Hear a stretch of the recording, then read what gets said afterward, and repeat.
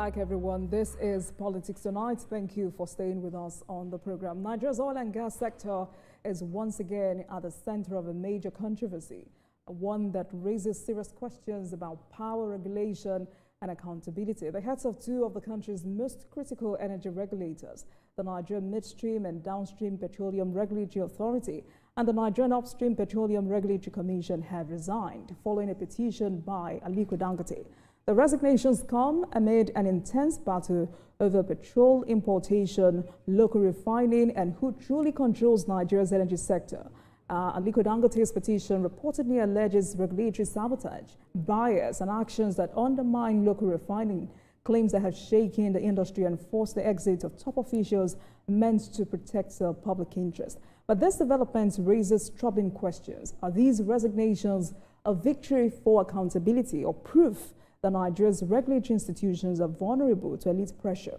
Is this about correcting regulatory failure or simply a high-stakes power struggle between import cartels and a private refinery? And most importantly, where do Nigerians stand in a fight that continues to keep fuel prices high and energy security uncertain? Before we get into a conversation, let's listen to Aliko Dangote. I'll be right back. I want Farouk to be investigated and then also let the legal process take its toll. Let them now see whether his income matches the 5 million he has paid school fees for 6 years for 4 of his children. This without tickets, or this without anything. No. And then also after that one, they are all have finished university. If you give those accounts, then his name will be clear. He doesn't need to be sacked. Aliko Dangote speaking there. So tonight we take a hard look at the petrol world fallout, the resignations, the allegations, the interest at play, and what this means for Nigeria's oil and gas future. Engineer Olusegun Okedoye, business analyst, oil and gas expert, is my guest tonight. Thank you very much for joining us, Engineer. Thank you so much. Welcome to Politics Tonight. So like I pointed out in my introduction, an intense battle over petrol importation, local refining, and who truly controls Nigeria's energy sector. Is this crisis really about regulation or a tough war between fuel importers and local refiners? Very good question. Good evening, viewer. This war that we are seeing is in two folds. For some of us who are in the oil and gas industries, we see authority want to do their job, and in doing it, we see the flashback of the process at which they are doing the work. Because you must not just be fair, but you must be seen to be fair in anything we do. The regulators have the point that they want to control monopolies, they want to bring fair prices, they don't want one person to service us for the required quantity of AGO, PMS, and DPK that we need. But here is a business mogul that has the capacity, that has put a lot of investment on the ground, asking for more support. And so we could see that the requirement that Aliko Dangote is requesting for is germane. Okay. Is for survival of the business. And also a pointer to whoever that want to also bring money to Nigeria to invest, to say you are protected. In the likewise, the regulators from their side, until when this brouhaha settle down, we will need to know what exactly hinges or what premise they base their suffocation, passive suffocation that Aliko Dangote alleged, then we can also say it. But as at the point of view today, we could see that the business environment is not happy with what our regulators are doing. Okay, so you've also indicated that both sides have fair points. Yes. And you've also said that Aliko Dangote is asking for more support. But in asking for this support, he has also alleged. What do we do with these allegations? Yeah, these allegations is and where do Nigerians stand in all of this? Exactly. Nigeria is going to be the gainer, the benefiting factor. Are they really benefiting? You know what? This will send a signal to every government agency, both head of parastatals or the aim of affair, to do things fairly. If we have been asking for fairness since, maybe we will not have been where we are today. Because we have so many regulatory agencies in Nigeria that are suffocating businesses, especially in oil and gas. There are many. This is just the two of them that are in the spotlight. For example, we must see them to come clearly and clean on, are they living within their means? The allegation is now very, very direct. It's not about your capacity to lead the commission. It's about your standing. The interest that you have potent or you are representing. And the interest of those who are doing business in Nigeria want to protect their business. So they don't want you to, because of your interest, to affect their own interests. That's what we are saying here. If they can, by the time the ICPC do their thorough job and they can be able to come out clean, then we will know that they are actually in the interest of Nigeria. As of today, if an injustice to one, they say, is injustice to all. If Aliko Dangote does not get justice of a fair play in doing business, then there is a signal to the investor that we are not good enough to do business with. All right, but you know, here in this part of the world, we don't really see accused persons resign after they've been accused of doing any wrongdoing. And that's why some Nigerians are asking, was that resignation voluntary, or were these officials pressured to step down? You're an insider. Yeah. What have you heard? As to what is open to us now, it's both ways. Because the evidence is glaring, the allegation is damning. For anybody who has the understanding and having to be an oil and gas expert, you know, you must be compared to your par in Saudi Arabia, in US, in UK. You can't sit on your seat with this kind of allegations. Figures are named. Millions of dollars are being put on the table that you spend this. Can you justify how much tax do you pay to government? How much is your salary? We have worked in IOC, have worked in NOC. Your salary is known. So if you are riding maybe Ferrari, at what salary? What's your tax? Let's look at it. Even the business people, we find it a bit tough to spend that kind of money on their words. If we look at Nigerian compensation system, and so they need to answer that question pointedly. So their resignations are justified? It's justified because they cannot be sitting down in that kind of seat while that kind of allegation is levied against them. And like I said, you know, these developments has raised a series of questions. There are those asking, does Aliko Dangote have more influence over Nigeria's oil and gas sector than the regulators themselves? Would a smaller local marketers petition have produced the same outcome? Very good question. But there was one popular saying that they say, when you are big, you are big. The kind of network Aliko Dangote is wielding is not only in Nigeria. Yes. It's international. The kind of investment he has made in Nigerian industry, oil and gas industry, is second to none. Nobody has done that. So he has the enormous, is a higher stake in this whole oil and gas business in Nigeria as of today. That is much more bigger than any regulatory agency head. Because this is, they used to say, put your money where your mouth is. If he cannot put his mouth in this matter and get a respite, then what is the lot of the small producer or refining local marketers? Local marketers. So they will not be, they will be segregated and they will not be heard. So this fight is about the survival of the entire system. But we don't want just to politicize it. We want it to be thorough. We want it to be ethical. And then let's find to the root of the matter. But again, does this resignation finally acknowledge regulatory failure? And I'm asking because, you know, this row between Dangote and the NMDPRA boss, now former, dates back to 2024. Exactly. Shortly after that $20 billion Dangote refinery began full production. At that time, there was an allegation by Dangote accusing the NMDPRA of indiscriminately issuing licenses to marketers to import what he described as dirty refined product. Good. I don't see it as a failure of the commission, but a sanitization of the system. In the time past, people don't just resign in Nigeria. They will stay put in the office.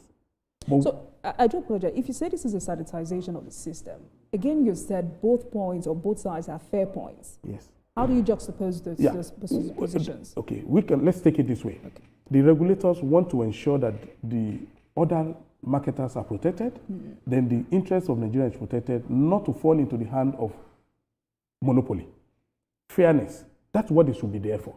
But in doing that, your fairness, the allegation has gone beyond issuing license indiscriminately to corruption allegation to the person that sits at the helm of affair. So it's a two-way approach that we are seeing from the Aliko Dangote group. They are saying you are issuing licenses indiscriminately, that is one. If it's only on that, then we need to listen to the regulators and hear their own side of story before we even join. But going towards that they have alleged them that they are biased and they are favoring other people to hurt their business because they have been alleged to have taken money. That's what it means. Because if you bring out that you spent 5 million on your ward for a certain period of year and they were able to analyze it, that shows that they have leveled a serious allegation of corruption against you. And for any professional oil and gas expert, with that kind of allegations, you won't be able to sit on that because you cannot be a judge in your case. In your own case. In your own case. So you must step aside for thorough investigation to be happen. When it happens and then you are cleared, there could be respite. But again, what does this prolonged conflict, indicate about Nigeria's energy policy and approach to local refining? Good. It is not only NMDPRA and NUPRC that is in the eye of the storm. Others will come. What we call local content monitoring board. They've left their primary function. And the people who they are supposed to be helping, which is Nigerian local company, are suffocated because they were giving undue preferences to foreign companies who come here to do business. I'm a practitioner, I'm involved, and I'm interfacing with all these agencies. It is very difficult to go around those commissions. What makes it difficult? You can't apply for licenses, you can't apply for permit, and you get it on time. The records are there. People who listen to me today will know. Those of us who are an oil servicing firm, you will need to apply for NCMD permit to do operation within Nigeria. And you are a local company from head to toe. Yet you can stay there for 1 year, 2 years without getting it. And so the bigger you are, the more power you have, the easiest way for you to get your licenses.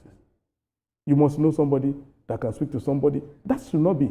We have working outside in Saudi Arabia. If to every expert there is one Arabian, four Arabian attached to them, and it's direct. No bit about the bush. In Nigeria, the Nigerian local companies are the ones suffering at the expense of the foreign companies. That sounds very complicated, and also it means this episode really exposes weak political oversight of the oil sector. Definitely, it exposed them. All right, engineer, let's take a break, and when we return, we'll continue this conversation. This is Politics Tonight, everyone. Please stay with us. This is Politics Tonight, everyone. Thank you very much for staying with us. Petrol war fallout, NMDPRA and NUPRC bosses resign. Business analyst, oil and gas expert, engineer Olusegun Okedoye is on the program with me tonight, helping us with proper insights into this latest developments. Thank you so much for staying with us on the program. Thank you.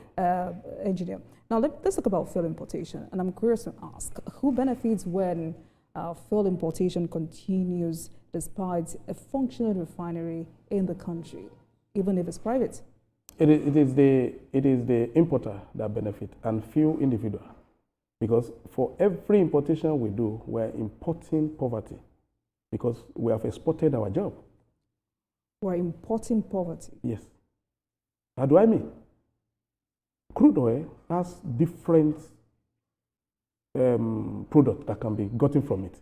So going to get only the refined product has actually deprived of so many jobs, and chain reaction of those jobs are out there, either in Europe or in America or Russia or Malta.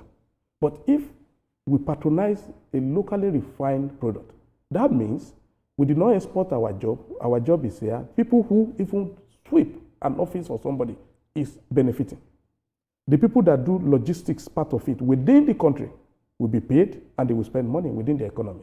But if we just go to import, what you do is you hit the market and distribute it to the various consumer points.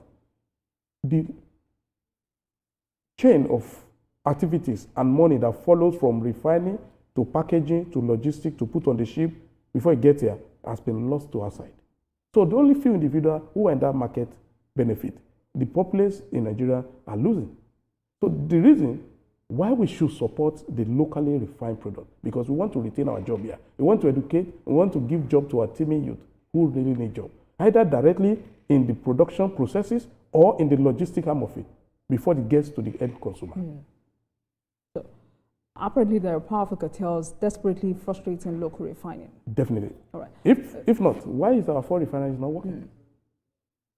If Alhaji Dangote keep quiet and these shenanigans keep going on, that refinery will be underutilized, will not be optimal, and it could go into extinction. So, I mean, in the course of the program, I'll take you up on oil cabals and the implication of these few individuals on the growth of the oil and gas sector.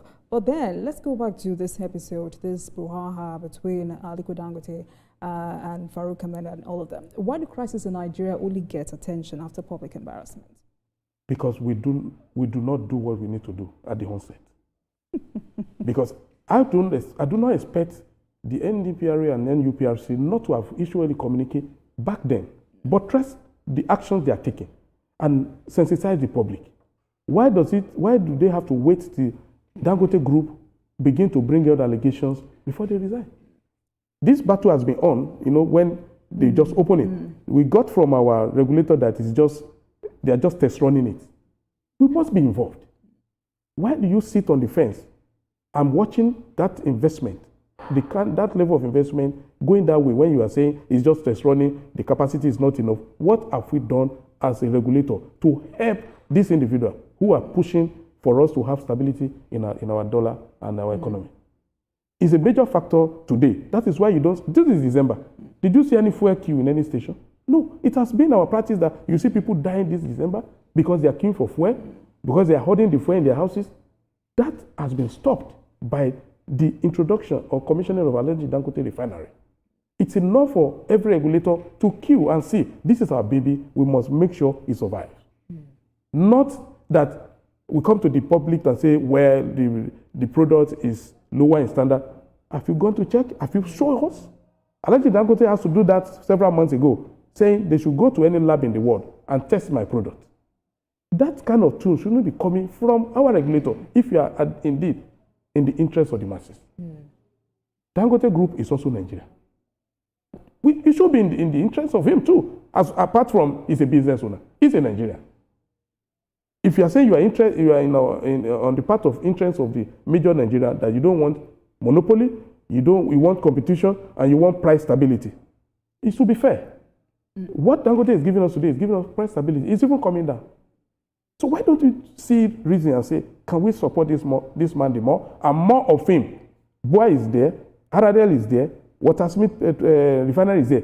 What have we done to support those smaller ones, to even grow their own to 200,000 barrels? And this conversation about whether regulators are biased or underperforming didn't start today. This is a conversation that dates back to ages. And that's why some Nigerians are asking whether the government is truly in control of the sector or constantly reacting. From a vantage position again, what do you say to them? From some of us who are also experts in the industry, we are pointing and accusing finger to most of these regulators might actually be the buyer, the importer. I don't think I'm hearing that for the first time. Let's watch. Because why do we so fixated on issuing licenses to everybody and queuing on their back that they are the one bringing in the best fuel? How? What happened to our own that you can see here, the process that is in your front? You can station some of the technical people that we have. We have Nigerians who are sound in DPR, in NMDPRA, we have them in NUPRC, who knows how to use equipment to test the quality of product. Can't we station them there? It's just at our backyard here. Why do we pray to gallery and say the product from the Dangote refinery, brand new refinery, is substandard in favor of the importation? Right. Who is benefiting? So if the Jonathan administration could not or did not see an end to this decade-long challenge, if the Buhari administration could not address this challenge, what do you say to the Tinubu administration? I'm seeing a positive sign that things will shape up, because we have been used to indiscriminate wielding of authority power in the past. Today, we are challenging the authority. Before, the voice may not be heard. But I think maybe it's happening in the corridor of those who knows their onions and who are big enough to make the noise. I've been in some instances in symposiums that have made known some of the challenges that businesses face in Nigeria. Maybe by the time I get bigger, when I cough too, they will shake. Because if you keep on pressing people down every day, this is what you see from the big guys. And they will demand for accountability, they will demand for probity, they will demand for fairness. Once you are fair, I don't see anybody crucifying them. When the time the ICPC do their work or EFCC do their work, and we're able to unravel the rationale behind their act and the benefit they are deriving from playing a deaf eye to some issues that he is shouting on, then we can be clear that they are not actually corrupt. Okay. But as of today, that allegation is weight, and then I don't see where we are going to go from here, if not now. If we fail this time, then it's a challenge to Nigeria. So it's a bit complicated because, ordinary Nigerians like us won't stop asking. I mean, we thought the fuel subsidy removal was supposed to end the reign of fuel import cabals. Yeah. Why are the same players still controlling supplies? Good. This is one of the ways that we are going to see that the cabals will be exposed. Because if there is a thorough investigation of this scenario that is going on, it's not going to be only the two headsmen. You think they don't know how to protect themselves? But if we do our thorough job, we should be able to get to the root of it. And those who are involved, let's see those who have gotten the licenses. How has anything exchanged hand? If there is none, then we know that they are actually doing the right thing. But if we begin to see undercurrent, then it's showing to us that the cabal is still very much around, holding on to the oil and gas. But really, when it comes to fuel importation, are we prioritizing national energy security, or just protecting entrenched importation interests? Who loses money if importation stops tomorrow? If the marketer, is a big marketer who interested in importing, that means the business closed for them. But I could see a way they could have collaborate with Aliko Dangote refinery and still get this product at a fair price and then distribute it to all their units. For example, what exactly is it? If you have interest on Nigeria at heart, and there is one at your backyard, and you're not patronizing that one, you went to the one in UK or US or Malta to bring it in, and then you say you are the one that loves Nigeria most, and your price is almost higher than what you can get it here, then who is gaining? Or you are telling the producer here to sell at a certain price, then we are not actually enabling the market to be regulated and for market forces to determine the price. But for me, the authority has a point in saying we don't want to see only one person monopolizing the industry. We want to give other people fair chance, and we want to regulate the prices by having some people challenging. But that should not lead to indiscriminate issuing of licenses to everybody. That should not lead to it if you're actually doing your job. Because if you are doing it so much indiscriminately, then it's detrimental to the growth of Nigerian. So where do we draw the balance here? Yeah, I think it should be like what I said at the beginning. You must not only be fair, you must be seen to be fair. That aspect of being seen to be fair, he that comes with equity must come with a clean hand. This is my hand. I am doing it in the interest of the commission and by the dictate of the act that enact the commission. If you are going outside that boundary, then there is something towards it. Your handshake has passed the hurdle. That's what they say in Yoruba. If you want to have an handshake and it's passing the hurdle, something is wrong with it. All right. So for the purpose of those of us who get confused every day, except days when some people like you come on the show to help us with better perspective and clarity. Is there a clear government policy on importation versus local refining, or are we just improvising? That the policy of the present administration tilted towards protecting the local refinery. And that is why you see in one of the major policy shifts that President Bola Tinubu did at the inception of his office is Naira for crude. What does he say? If this man is in Nigeria and is ready to sell his product to us in Naira, then we must be able to sell in Naira for him. You know, at a long period of time, Dangote Group importing from US in dollars. Our regulators or the Nigerian system say they don't have the crude for him. All this shouldn't be there if we actually queue at his back and want the success of Nigerian enterprise. And so that was what dictated to what we are seeing today that brought this kind of allegation of unfair regulatory dealing with the local refiners. So we need to tidy up the system by making sure that all our leaders in every arm of the regulatory agency are up to date and up to task and be fair to both the local producer and local importer. Meanwhile, the people that are also collecting these licenses are Nigerians too. So you can see they were in a very dilemma situation. Dangote is in Nigeria. Every other person that wants to collect licenses are also Nigerian. Be that as it may, they may have foreign partner. Okay. So then you will now begin to see to it and say, okay, if this one is in Nigeria, then it should take a precedence in the order of ranking of support. That is what Alhaji Dangote is asking for. All right. You know, there have been two different perspectives to the conversation about fuel importation. On this program, I've heard people say, your colleagues say, oh, importation isn't bad. Even developed countries also import. And those also saying we must stop importation today. Again, just at the center of all of this, what signal does this continued importation send to investors in local refining? Is it true that we are killing future industrialization prospects? Yeah, at this moment, we are not yet. It is what we do after now that we send that signal, whether we are killing the local industrializations or not. All over the world, there's still room for importation because we may not completely be able to satisfy the entire nation and also the business interest in Nigeria. But it must be curtailed. The lower our importations, the better we are. The lower. The lower. So we shouldn't be higher. The lower the importation we are doing, the better for our economy, for fiscal policy, and dollar stability.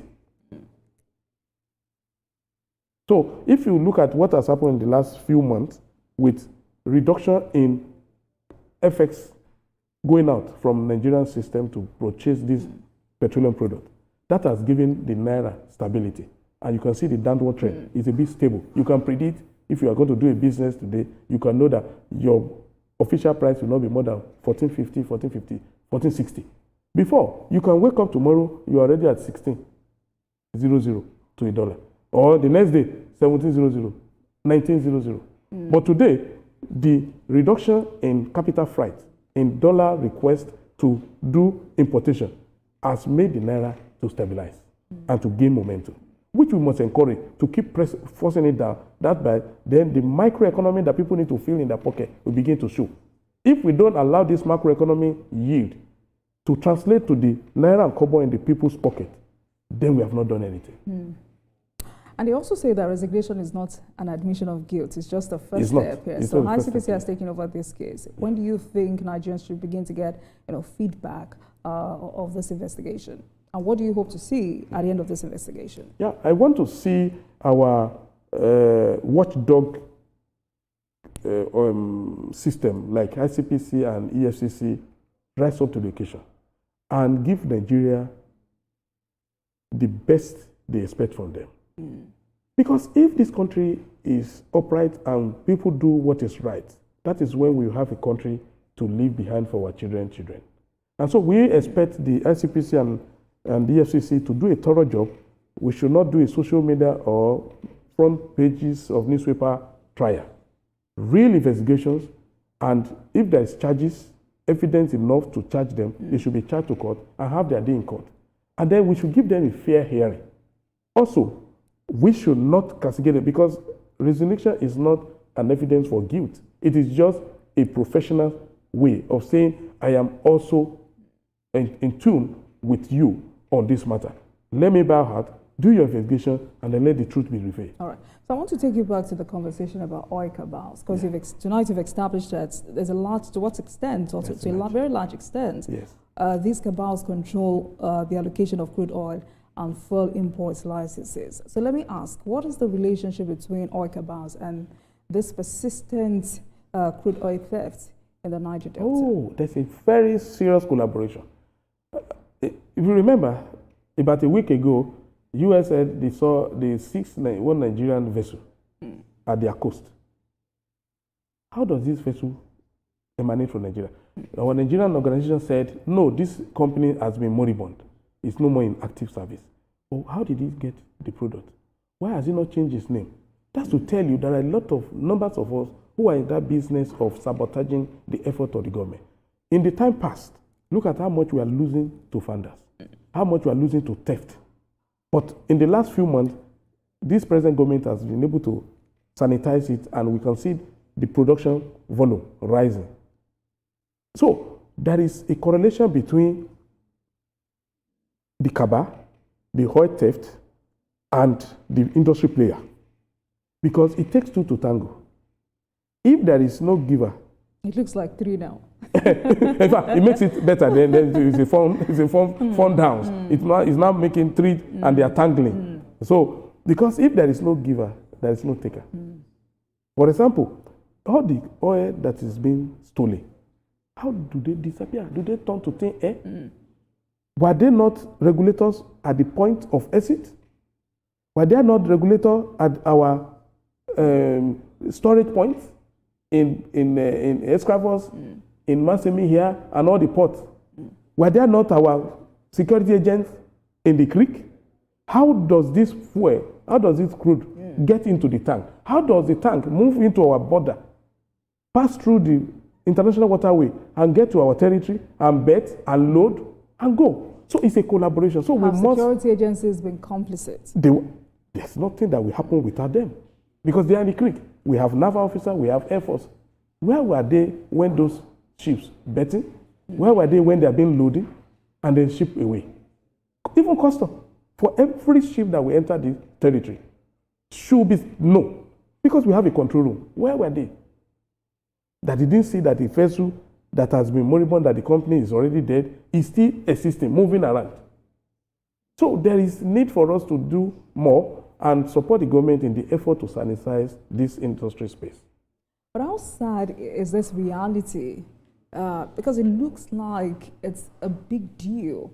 It looks like something we cannot conquer when it comes to addressing the issue of illegal bunkering. Am I correct? Yeah, it may look like tetrahedral, it may look like we cannot conquer it, but we can. There's one popular philosopher that said, don't try to change the whole world, just change one person. If I am put in charge of monitoring the production volume, I should do my job. For how long? No, don't bother about what people do. Just do your own right. I used to tell people, the only way to change this system is start from you, start from me. Look at NIA. Do you know that the foreigners are having NIA in Nigeria? We need to be patriotic at every level, whether you are just a clocker, a recorder at the refinery or at the port of discharge. Do your job. Don't be compromised, because it is now a circle. Everybody is dipping their hand in it, and everybody's hands are being soiled. That's why you see it like it's a tetrahedral, it cannot be fought. And with this kind of poison out, this fight will be won. But it's not like people have not been arrested. Yeah. So why has name and shame been so difficult for us in this part of the world? And I'm not talking about the small fries. I'm talking about the top oil thieves, the top guys. Yes. It is because we have engendered the culture of corruption, which it will take a long time, but with a concerted effort, we will get there. It's not hopeless situation. It may be daunting, but I believe with each and every one of us. Nigerians would not agree with you. I know a lot of people. This conversation didn't start today. We're not hearing this for the first time. Yeah, a lot of people have given up. Nigerians are tired of hearing that. But some of us are incredibly optimistic about Nigeria. Because you're an industry player. Yeah, because I'm here to make sure that I do it right. I have the opportunity to japa. Me working in industry, working in oil and gas, I have the privilege to have worked outside Nigeria. I have the privilege to stay outside Nigeria. But I choose to stay here because I want to make the nation better. A lot of us have gone. A lot of my colleagues have relocated. It's not that opportunity of the amount of money I needed to do it is not available. It's available, but I choose to be here. Because if all of us run out, who will fix it? So I want to tell Nigerians they should not give up. Let's keep saying, let's keep watching, speak out, say something when you see something. And also, I mean, we've had different administrations, but it looks like different anti-corruption reforms in the oil sector have, repeatedly failed to dismantle the power of these of the oil cabals. Why is that so? Because it has been endemic. Endemic. It has been endemic. So it's not today. So they have great-grandchildren. I'm telling you, they have great-grandchildren. In all parastatals, it's rotten. When you say great-grandchildren, people they have trained. People they have trained, people that have been their benefactor, and that's the only way they know. So we need a paradigm shift of young Nigerians and fairly old who also believe in Nigeria that it can be better.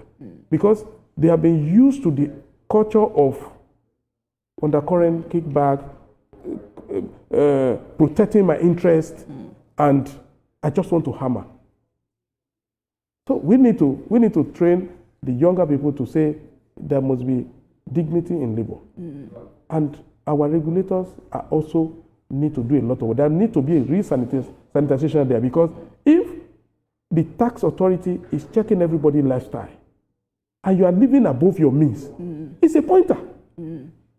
There's one adage in Yoruba that says, your child is not a laundry person. And he's bringing clothes to the house. And that speaks to our value system yeah, also. He's bringing clothes to that. Don't you know that that's a thief? But would you also confidently tell Nigerians tonight that this administration, the Bola Tinubu administration, is effectively targeting these cabals? I could see it. I can feel it. That is why you see that it gave room for people to voice out.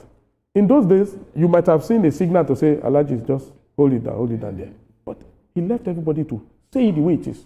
So I need Nigerians to see that this administration determined to turn things around, and then we should support them in every manner, in every little way we can, to see that we jointly pull Nigeria out of corruption that is endemic, that is eating deep into our fabric of society. All right, then, business analyst, oil and gas expert, engineer Segun Okedoye. Yes. Thank you so much for having this conversation. Thank you for having me. It was important to have this conversation, and thank you so much for doing justice to it.